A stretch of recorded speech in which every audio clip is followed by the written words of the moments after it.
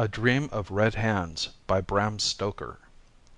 The first opinion given to me regarding Jacob Settle was a simple descriptive statement: "He's a down-in-the-mouth chap." But I found that it embodied the thoughts and ideas of all his fellow workmen.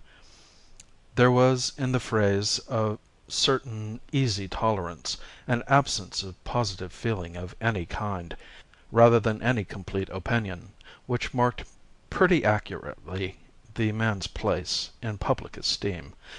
Still, there was some dissimilarity between this and his appearance which unconsciously set me thinking, and by degrees, as I saw more of the place and the workmen, I came to have a special interest in him.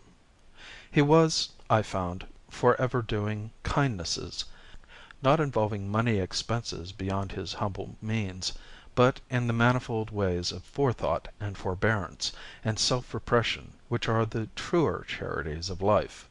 Women and children trusted him implicitly, though, strangely enough, he rather shunned them, except when anyone was sick, and then he made his appearance to help if he could, timidly and awkwardly.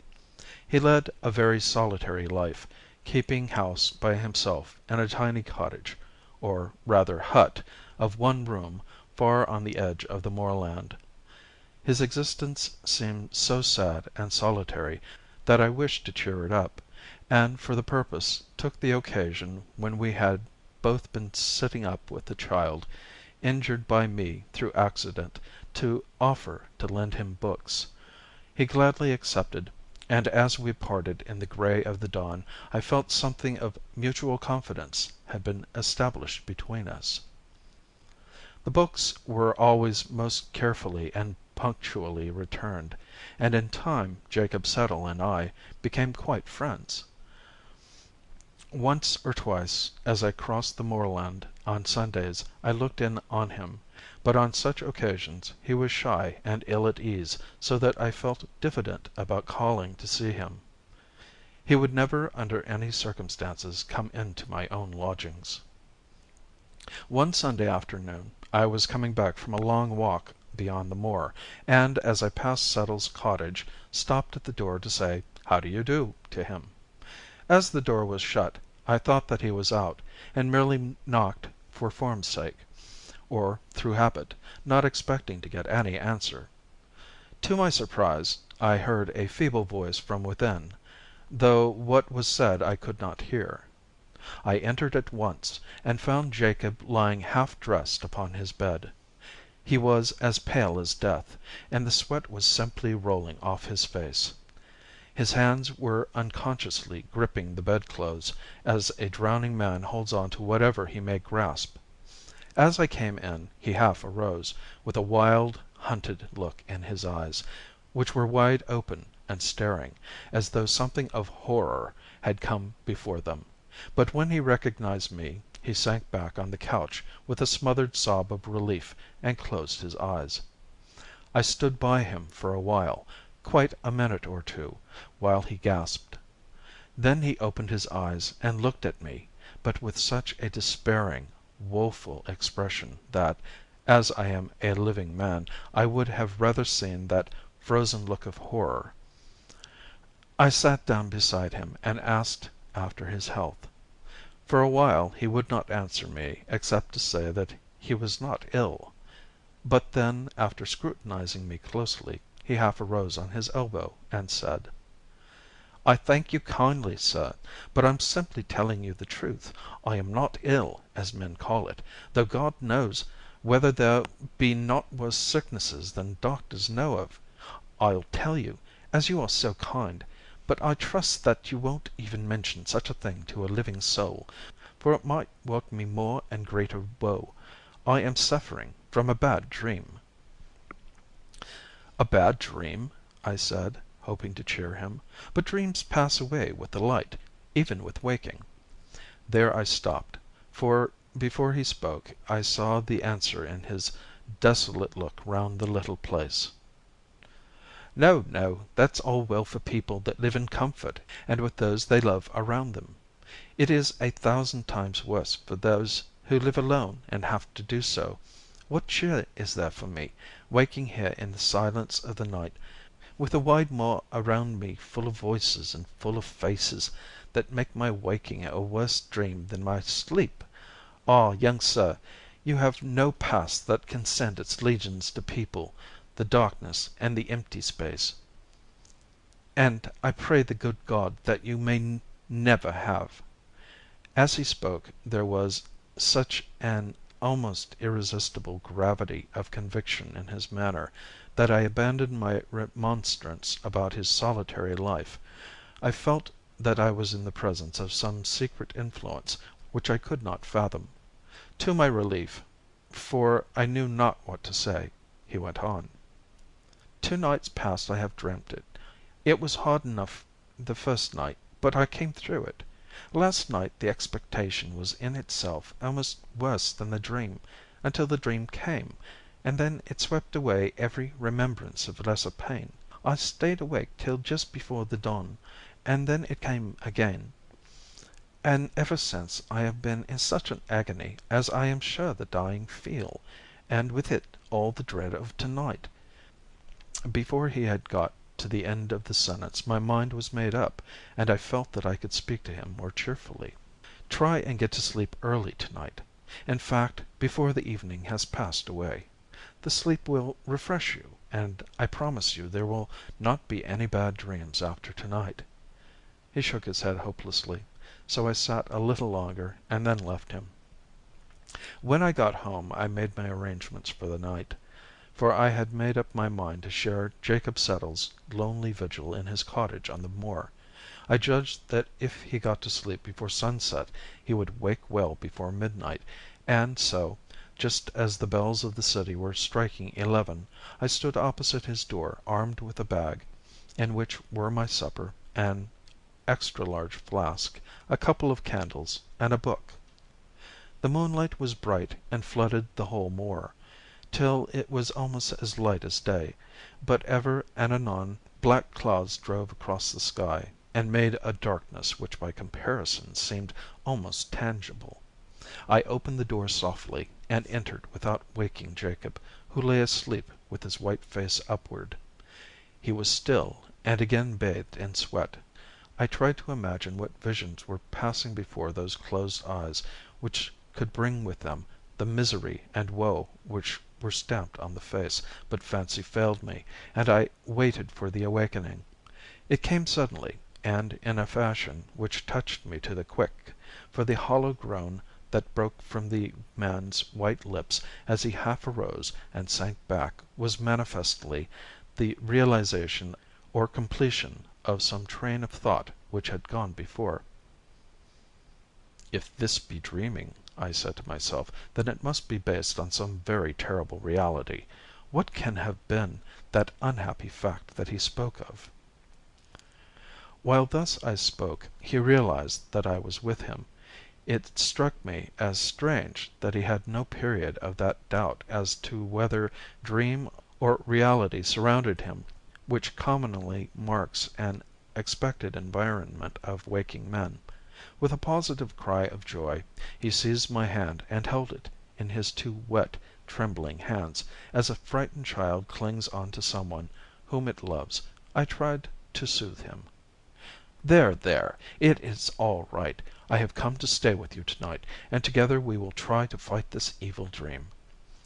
He let go my hand suddenly, and sank back on his bed and covered his eyes with his hands. "Fight it? Fight it? The evil dream? Oh, no, sir, no. No mortal power can fight that dream, for it comes from God, and is burned in here." And he beat upon his forehead. Then he went on. "It is the same dream, ever the same, and yet it grows in its power to torture me every time it comes." "What is the dream?" I asked, thinking that the speaking of it might give him some relief. But he shrank away from me, and after a long pause said, "No, I had better not tell it. It may not come again." There was manifestly something to conceal from me, something that lay beyond the dream, so I answered, "All right, I hope you have seen the last of it. But if it should come again, you will tell me, will you not? I ask, not out of curiosity, but because I think it may relieve you to speak." He answered with what I thought was almost an undue amount of solemnity. "If it comes again, I shall tell you all." Then I tried to get his mind away from the subject to more mundane things, so I produced supper and made him share it with me, including the contents of the flask. After a little he braced up, and when I lit my cigar, having given him another, we smoked a full hour, and talked of many things. Little by little the comfort of his body stole over his mind, and I could see sleep laying her gentle hands on his eyelids. He felt it too, and told me that now he felt all right, and I might safely leave him. But I told him that, right or wrong, I was going to see in the daylight, so I lit my other candle and began to read as he fell asleep. By degrees I got interested in my book, so interested that presently I was startled by its dropping out of my hands. I looked, and saw that Jacob was still asleep, and I was rejoiced to see that there was on his face a look of unwonted happiness, while his lips seemed to move with unspoken words.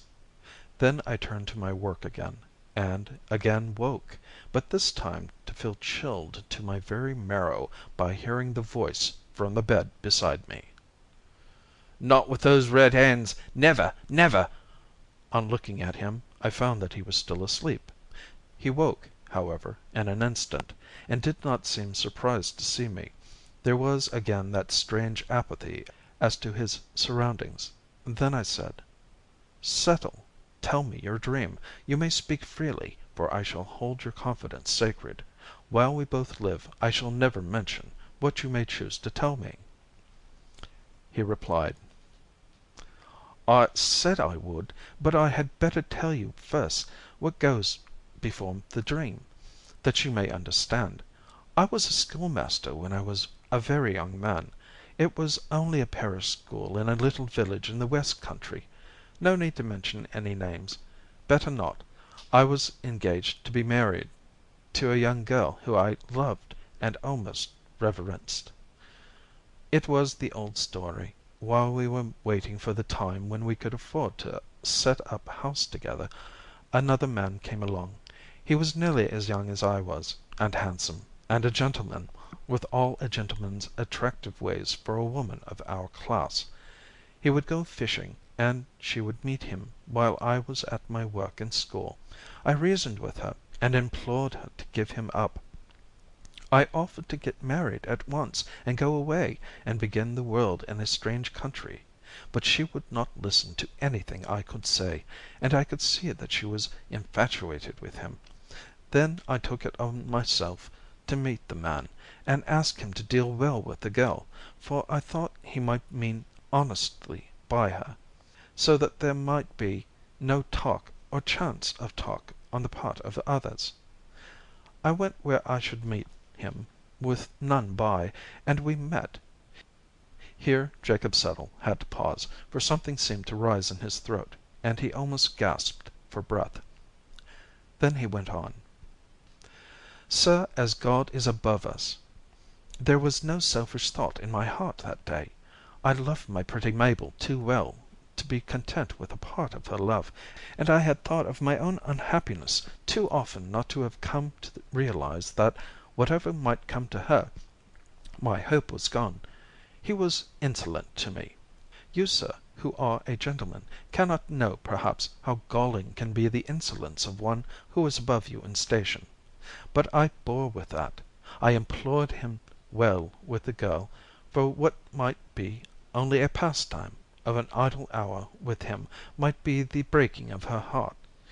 For I never had a thought of her truth, or that the worst of harm could come to her. It was only the unhappiness to her heart I feared. But when I asked him when he intended to marry her, his laughter galled me so that I lost my temper and told him that I would not stand by and see her life made unhappy. Then he grew angry too, and in his anger said such cruel things of her that then and there I swore he should not live to do her harm. God knows how it came about, for in such moments of passion it is hard to remember the steps from a word to a blow, but I found myself standing over his dead body, with my hands crimson with the blood that welled from his torn throat. We were alone, and he was a stranger, with none of his kin to seek for him, and murder does not always out. Not all at once. His bones may be whitening still, for all I know, in the pool of the river where I left him. No one suspected his absence, or why it was, except my poor Mabel, and she dared not speak. But it was all in vain, for when I came back again after an absence of months, for I could not live in the place, I learned that her shame had come, and that she had died in it. Hitherto I had been borne up by the thought that my ill deed had saved her future, but now, when I learned that I had been too late, and that my poor love was smirched with that man's sin, I fled away with the sense of my useless guilt upon me more heavily than I could bear. Ah, sir, you that have not done such a sin don't know what it is to carry it with you. You may think that custom makes it easy to you, but it is not so. It grows and grows with every hour, till it becomes intolerable, and with it growing, too, the feeling that you must for ever stand outside heaven. You don't know what it means, and I pray God that you never may. Ordinary men, to whom all things are possible, don't often, if ever, think of heaven. It is a name, and nothing more, and they are content to wait and let things be, but to those who are doomed to be shut out for ever, you cannot think what it means, you cannot guess or measure the terrible, endless longing to see the gates opened and to be able to join the white figures within. And this brings me to my dream. It seemed that the portal was before me, with great gates of massive steel with bars of the thickness of a mast rising to the very clouds, and so close that between them was just a glimpse of a crystal grotto, on whose shining walls were figured many white-clad forms, with faces radiant with joy. When I stood before the gate my heart and soul were so full of rapture and longing that I forgot. And there stood at the gate two mighty angels with sweeping wings, and oh, so stern of countenance! They held each in one hand a flaming sword, and in the other the latchet, which moved to and fro at the lightest touch. Near were figures all draped in black, with heads covered so that only the eyes were seen, and they handed to each who came white garments such as the angels wear. A low murmur came that told that all should put on their own robes, and without soil, or the angels would not pass them in, but would smite them down with the flaming swords. I was eager to don my own garment, and hurriedly threw it over me, and stepped swiftly to the gate. But it moved not, and the angels, loosing the latchet, pointed to my dress. I looked down, and was aghast, for the whole robe was smeared with blood. My hands were red, they glittered with the blood that dripped from them as on that day by the river bank. And then the angels raised the flaming swords to smite me down, and the horror was complete. I awoke. Again and again and again that awful dream comes to me. I never learned from the experience, I never remember, but at the beginning the hope is ever there to make the end more appalling, and I know that the dream does not come out of the common darkness where the dreams abide, but that it is sent from God as a punishment. Never, never shall I be able to pass the gate, for the soil on the angel garments must ever come from these bloody hands." I listened as in a spell as Jacob Settle spoke. There was something so far away in the tone of his voice, something so dreamy and mystic in the eyes that looked as if through me at some spirit beyond. something so lofty in his very diction, and in such marked contrast to his work-worn clothes and his poor surroundings, that I wondered if the whole thing were not a dream. We were both silent for a long time. I kept looking at the man before me in growing wonderment.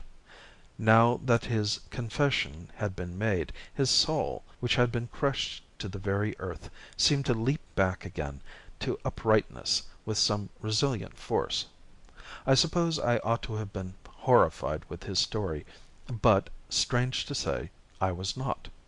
It certainly is not pleasant to be made the recipient of the confidence of a murderer, but this poor fellow seemed to have had not only so much provocation, but so much self-denying purpose in his deed of blood that I did not feel called upon to pass judgment upon him. My purpose was to comfort, so I spoke out with what calmness I could, for my heart was beating fast and heavily. "You need not despair, Jacob Settle. God is very good, and his mercy is great. Live on and work on in the hope that some day you may feel that you have atoned for the past." Here I paused, for I could see that deep, natural sleep, this time, was creeping upon him. "Go to sleep," I said. "I shall watch with you here, and we shall have no more evil dreams tonight." He made an effort to pull himself together, and answered: "I don't know how to thank you for your goodness to me this night, but I think you had best leave me now. I'll try and sleep this out. I feel a weight off my mind since I have told you all. If there's anything of the man left in me, I must try and fight out life alone."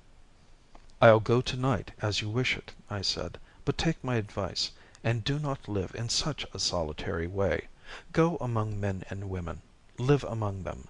Share their joys and sorrows, and it will help you to forget. This solitude will make you melancholy mad."